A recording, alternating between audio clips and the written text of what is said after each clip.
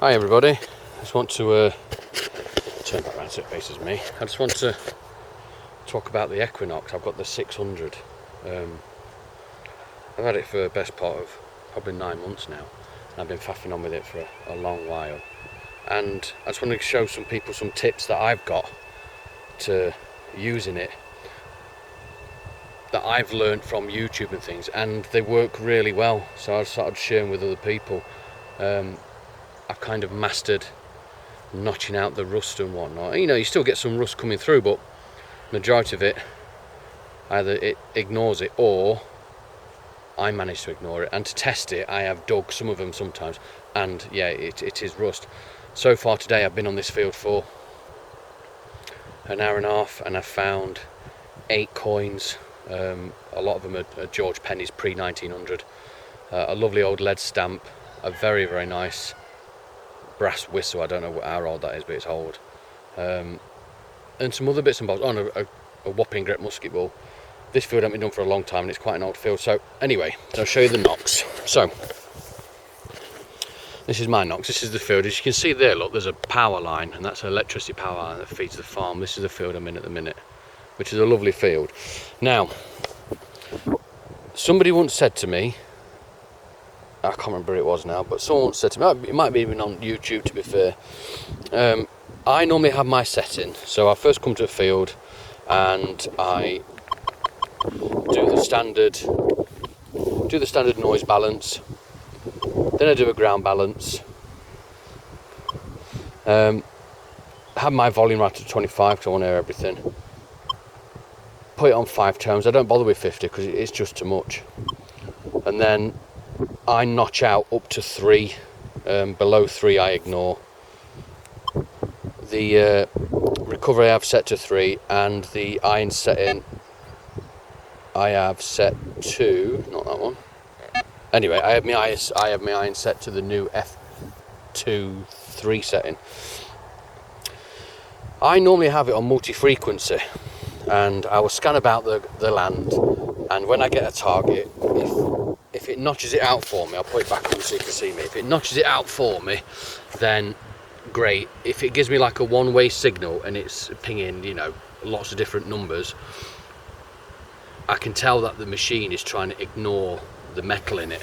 So what I'll do, I'll quickly flick over it, change the direction, and it's still bouncing about on different signals. I'll quickly press the horseshoe button, and I have my iron set in so it gives me a low tone, and I waft it over it, and if it gives me a low tone, it goes, so I'm getting lots of like 14s, nice pings, and then all of a sudden it gets to a low iron. It goes boom, boom, boom, boom. I know it's iron, and I won't even bother digging it unless I'm looking for iron, but I ain't gonna be doing that, so I ignore them. And to test that theory, I've dug a few, and you know, I've been right.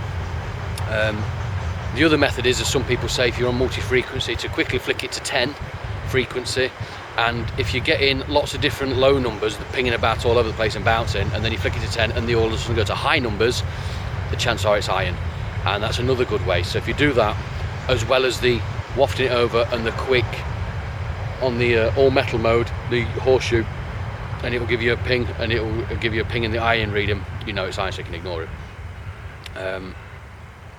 I have my setting generally on 20. I find anything more than 20 is just a bit too much, gets a bit too chattery, even in fields. And then in this particular field, I've come in this morning and I've put it onto 20 as I normally do. I've ground balanced and I've air balanced. I've had it on multi-frequency, and it is chattering like nobody's business.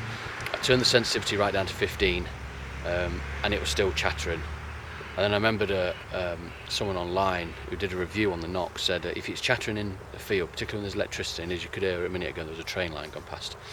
There's a lot of electricity cables here, so I changed it to frequency 10 and put the sensitivity back up to 20 and ran it at that, and I haven't had a single chatter since. It is brilliant. It's like switched it off completely, and it's been working wonders. And I found all sorts so far today. I'll show you what I find. Hang on a second, and get my little pot of magic things out. So this is my little things I found today. I mean, I've been on this field now an hour and a half. So first thing I found was a lovely old muzzy ball. It's a good size one as well. It's a big heavy one. Then I found this, which I think is a George. I think it's a George. I can just about make his head out. I don't know what age that is. I need to clean that up. Then I found another George, a really nice one actually, and lovely nick is that one. And that one is old, can't remember the date. And then even better condition one. Look at that little beauty there. 1902, that one. I found one 1890 something, and then this one which is 1897. There we go. And then a boat half penny, which is dated 1958. Then I found a couple of buttons. This lovely lead stamp thing. I need to clean this up and see what it is, but it's very pretty.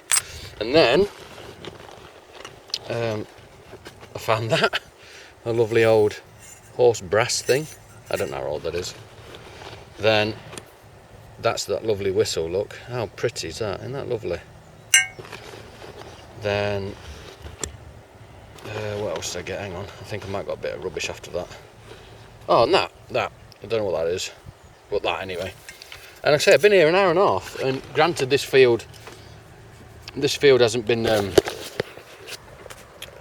it's definitely not been detected on ever. It's just me, and it's a very old field, and it goes back to some old battles here, going back to the Romans and the parliamentarians and royalists. And this has been pasture now for the best part of 70 years. It's not been turned over since then. And the coins galore. You know, I've been from that that thingy just there. I can't remember what they're called now. The orange thing to here, and that's it. That's all I've done, and that's how many I've got so far. I've got loads of stuff, and I'm dead chuffed. And that, if I would have stayed in the multi-frequency mode, with the chattering the way it did, I would have been fed up by now, and the chances are I'd have gone home. But because of that little tip, which I'm passing on to other people, someone said stick it in 10 when you're getting lots of interference, and it will work. And I did exactly that, and it's working absolutely brilliant. So my frequency, as you can see, is in 10. The sensitivity is at 20. My volume's at 25.